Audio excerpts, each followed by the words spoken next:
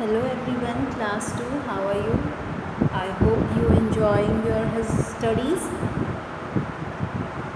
Class 2, आज मैं आपको हिंदी लिटरेचर, हिंदी साहित्य में से पार्ट 5 आपको आज पढ़ाऊंगी, जो है वीर तुम बढ़े चलो। ये एक कविता है और इसके कवि जो हैं, इस कविता के कवि द्वारिका प्रसाद महेश्वरी जी हैं। ठीक है, ये बहुत ही अच्छी कहानी है। ये आपको प्रेरित करती है हर काम को करने के लिए। ठीक है, इसे मेरे साथ बोलेंगे और लर्न भी करेंगे। इस कविता में बच्चों को निडर बनने और मुश्किलों का सामना करते हुए सदा आगे बढ़ने की प्रेरणा दी गई है। Open your page number 33।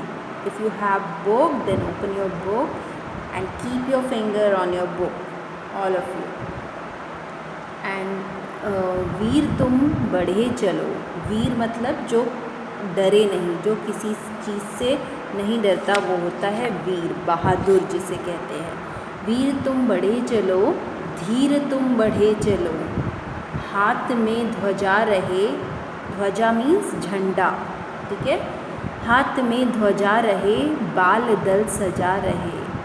बाल दल मतलब बच्चों का जो झुंड होता है, वो ग्रुप में जो बच्चे होते हैं। बाल दल सजा रहे, ध्वज कभी झुके नहीं, दल कभी रुके नहीं।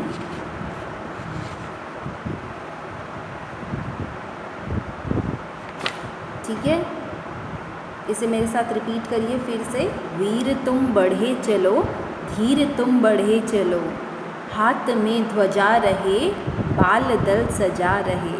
ध्वज कभी झुके नहीं, अपने झंडे को कभी झुकने देना नहीं चाहिए, हमेशा उसे उठा के रखना चाहिए। दल कभी रुके नहीं, और जो दल चला आ रहा है, जो समूह चला रहा है बच्चों का, वो भी नहीं रुकना चाहिए। ठीक है, वीर तुम बढ़े चलो, धीर तुम बढ़े चलो, सामने पहाड़ हो, सिंह की दहाड़ हो। सामने पहाड़ भी आ जाए तो भी हमें चलते रहना है, और सामने सिंह की दहाड़, अगर आपके सामने शेर भी आ जाता है और दहाड़ने लगता है, ठीक है, तो भी नहीं रुकना है। तुम निडर डरो नहीं, तुम निडर डटो वहीं।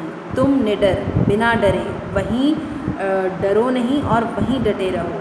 ठीक है, इसे एक बार फिर से ऊपर से मेरे साथ रीड करेंगे, और ये पोएम सभी बहुत अच्छे से लर्न करेंगे इस कविता को। वीर तुम बढ़े चलो, धीर तुम बढ़े चलो, हाथ में ध्वजा रहे, बाल दल सजा रहे। ध्वज कभी झुके नहीं, दल कभी रुके नहीं। वीर तुम बढ़े चलो, धीर तुम बढ़े चलो, सामने पहाड़ हो, सिंह की दहाड़ हो। सामने पहाड़ हो, सिंह की दहाड़ हो। तुम निडर डरो नहीं, तुम निडर डटो वहीं। डटो मतलब वहीं डट जाना, वहाँ से नहीं हिलना। वीर तुम बढ़े चलो, धीर तुम बढ़े चलो, मेघ गरजते रहें। मेघ मतलब बादल। ठीक है, बादल गरजते ना। मेघ गरजते रहें, मेघ बरसते रहें, बिजलियाँ कड़क उठे, बिजलियाँ तड़क उठे। बिजलियाँ कड़कने लगती हैं जब बारिश होती है, बहुत तेज़ बिजली कड़कने लगती है, बिजली चमकने लगती है। तड़कना मतलब चमकना, कड़कना मतलब जो गर्जना होती है बिजली के कड़कने की। वीर तुम बढ़े चलो, धीर तुम बढ़े चलो। उस तड़क और कड़क से भी आपको डरना नहीं है, तो भी चलते रहना है। मतलब क्या है, हमें किसी भी चीज़ से डरना नहीं है। हमने जो लक्ष्य बना दिया है, हमने जो एम अपना फिक्स कर लिया है, हमें ये करना है। चाहे रास्ते में कोई भी बाधा आ जाए, हमको उसे पूरा ही करना है। ठीक है, ये कविता बहुत अच्छे से लर्न करेंगे। इसमें कुछ कठिन शब्द हैं और कुछ हार्ड शब्द हैं जो आपको याद करने हैं, और लिख के याद करिएगा, क्योंकि अभी आप क्लास 2 में आए हो। बहुत मुश्किल होगा कठिन शब्द को याद करना, क्योंकि इसमें कुछ डिफ़िकल्ट वर्ड्स भी हैं, वो आप याद करेंगे। ध्वजा, ये आप अपनी कॉपी में लिखेंगे कठिन शब्द को। ठीक है, ध्वजा, ध्वजा मतलब क्या होता है, झंडा। ठीक है, वीर मतलब बहादुर, ये आपको पता है, ये कठिन शब्द है। और कठिन शब्द क्या है जो आपको कठिन लगे? झुके, ये आप लिख सकते हैं, ठीक है, ये आप लिखेंगे झुके। 10 कठिन शब्द एटलीस्ट अपनी कॉपी में सभी को करना है। धीर तुम बढ़े चलो, वीर तुम बढ़े चलो। सिंह, सिंह मतलब शेर। सिंह की दहाड़ हो। नेक्स्ट दहाड़ कठिन शब्द में आप लिख लीजिए, सिंह की दहाड़ हो। नेक्स्ट वर्ड कठिन शब्द है निडर। निडर मतलब न डरे, निडर बिना डरे, ठीक है। ये सब कठिन शब्द हैं, ये आपको करने हैं अपनी कॉपी में। जब भी आप चैप्टर शुरू करेंगे, पहले तो आपको इस का चित्र बनाना है, फिर ये कविता 8 लाइनें आपको अपनी कॉपी में लिखनी है। उसके बाद ये कठिन शब्द आपको करने हैं और शब्द कॉपी में करने हैं।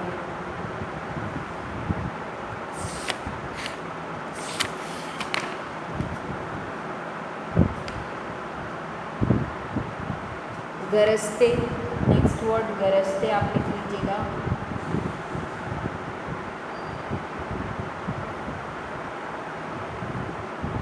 गरजते। कड़क, कड़कना, बिजलियाँ कड़कती हैं, बहुत तेज़ आवाज़ आती है। तड़क उठे, बिजलियाँ कठिन शब्द।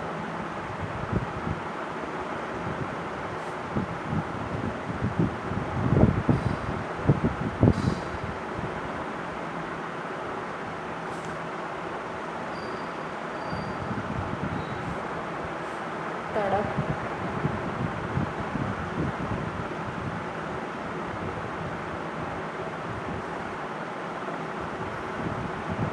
नंबर 10 गरजते। ये कठिन शब्द अपनी कॉपी में करेंगे। सबसे पहले तो आपको कविता लिखनी है और उसका पिक्चर बनाना है। ये पिक्चर चाहे तो ये पिक्चर बना लीजिए, ये जो आपको दिख रहा है अपनी बुक में, इस पिक्चर को बनाइएगा, ठीक है। और उसके बाद ये कठिन शब्द आपको अपनी कॉपी में करने हैं। कठिन शब्द जो मैंने अभी बोर्ड पे कराए वो करने हैं, और ये आपको शब्दार्थ करना है। उसके बाद क्वेश्चन आंसर्स की जो वर्कशीट है वो आपको सेंड की जाएगी, वो आप अपनी कॉपी में करेंगे। और एक्सरसाइजेस, अदर एक्सरसाइजेस सब बुक में करनी है आपको।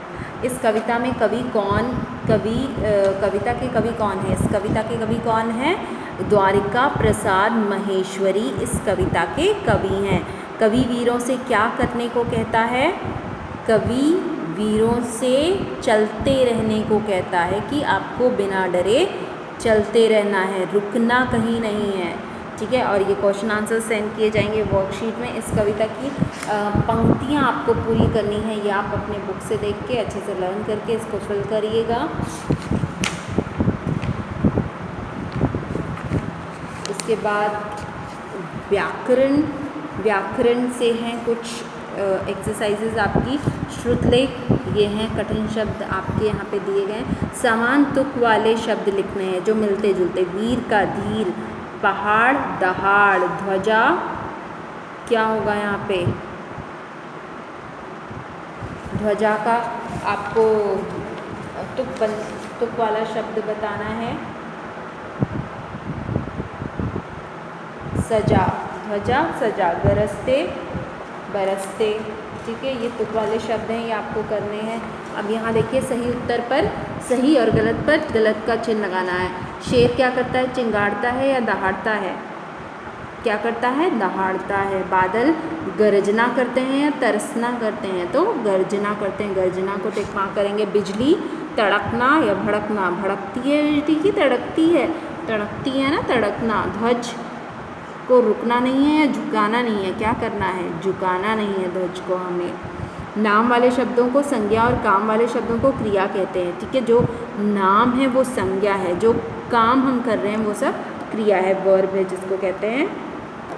तो यहाँ पे आपको करना है, नाम वाले शब्द यहाँ पे लिखने हैं और काम वाले शब्द यहाँ पे लिखने हैं। नाम वाले शब्द देखिए क्या क्या हैं। वीर एक नाम है, ठीक है। चलना क्या है, काम वाला शब्द है। रुकना भी काम वाला शब्द है, ठीक है। बरसना काम वाला शब्द है। मेघ नाम वाला शब्द है, बिजली नाम वाला शब्द है ना। अब यहाँ पर है